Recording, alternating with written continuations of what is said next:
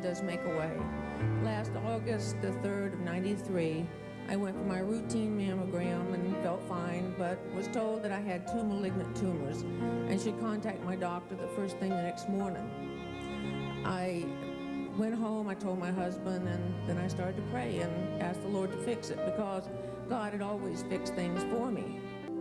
I went as an outpatient and found out that there was more surgery to be coming. I found then that the Lord hadn't planned to heal me, not in the way I had hoped for. But if I took a new procedure called stem cell rescue, which killed everything back into the bone marrow, that I could get it down to 20 or 30%. So this was my only choice, even though it meant a chance of a 3% death because of the treatment. The Lord made a way. He started preparing the way for me a long time ago, because as I grew up, I watched my godly mother have cancer, and the Lord took her home finally. And I learned from her that you can be a witness to the keeping power of Christ, that you can go through trials and you don't have to make those miserable around you. And that was a challenge to me, and I was determined I was going to do my part. I breezed right through this treatment. The Lord answered so many prayers. I was out of isolation in 8 days. Some people were in there for 3 weeks. Whenever they collected my stem cells, they got 23 times what they needed the first time. The Lord just blessed tremendously. The doctors would shake their heads and say, well, you haven't done anything normal yet. And I would just point up and say, there's been a lot of prayers answered. And they would shake their head in agreement. So I know the Lord can make a way, and He answers the prayers, and He will keep you and strengthen you. And I don't know what the future holds, but I know that my Lord holds the future, so I'm not worried. Thank you.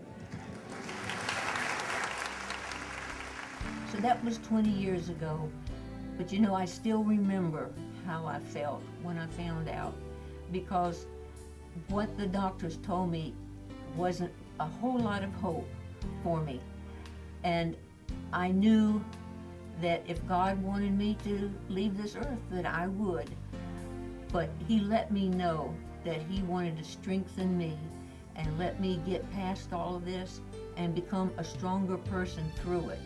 And between what happened and my husband and I, we have just grown closer together, and we have put Him first in everything in our life, because He showed us back then just how much He could do for us, and I just love Him so much.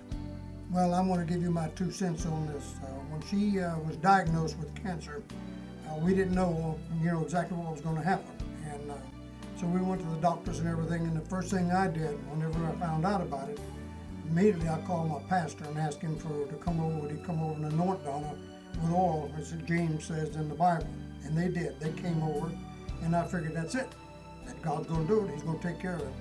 Well, God didn't do the way I wanted Him to do it. And when I found out what was going to happen, I got mad. I got mad at God. I was really mad. And I'm just thankful that, that He spared her. Because when I looked at her coming out of the operating room, I thought, I've lost my wife. And it tore me up. The footsteps in the sand, I saw those footprints whenever He walked on it through every phase. It was just one miracle after another. And now we're at Casada Baptist Church, and we just love it. God has blessed us. We share a 3-year-old Sunday school class together, and we can just see these kids growing in love and just spend each Sunday with them and just love it. We help in the Wednesday night supper. We work at the nursing home from the church doing bingo, and we just are just so happy because the Lord has given us stuff to do that is a blessing. Well, when we made that video 20 years ago, the last thing I said was, I don't know what the future holds, but I know who holds the future. And I still know who holds the future, and God has just proved it over and over again. And I just thank Him so much for all He's done in my life.